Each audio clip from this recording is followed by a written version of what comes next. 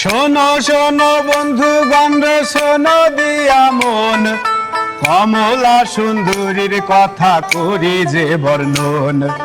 হিরণ্যগরের মেয়ে কমলা সুন্দরী, আরে গুণের কথা কি কহিব, রূপ ছিল তার ভারী।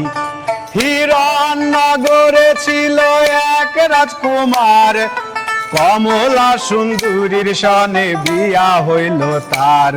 আরে লাল নীল সবুজ পরি দিঘি দিয়া পারি, পালকি চড়ে যাইতেছিল নিজের বাপের বাড়ি। ওই দিঘির জল দেখা কন্যার বড়ই তেষ্টা পায়, আরে পালকিটা থামাইয়া কন্যায় জলে নাই মা যায়। ওই দিঘির জলে কন্যা যখন রাখলো রাঙা পা, জড়াইলো কি অঙ্গলিতে বুঝতে পারলো না।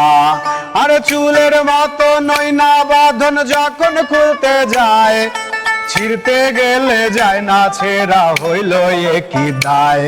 আরে কাটতে আইলো কামার কুমার কুড়াল খুন্তা লইয়া, ওরে কাটতে আইলো কামার কুমার কুড়াল খুন্তা লইয়া। একে একে ফিরে গেল সবাই বিফল হইয়া, এমন কইরা 3 মাস 3 দিন গেল যে কাটিয়া। কমলার ঘুম ভাঙিল কান্দিয়া কান্দিয়া, আরে স্বপ্নে দেখিল সে আরেক রাজকুমার, জলের তলে বাস করে সে, জলের রাজ্য তার। কমলারি আশেক হইয়া চুলে দিল টান, ওরে কমলাও পাগল হইল বিধির বিধান। আরে মা বাবা স্বামী কন্যা কান্দিয়া ভাসিল, ওরে মা বাবা স্বামী কন্যা কান্দিয়া ভাসিল।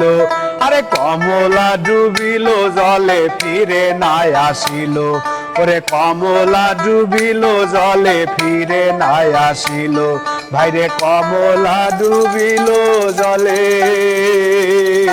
ফিরে নাই আসিল।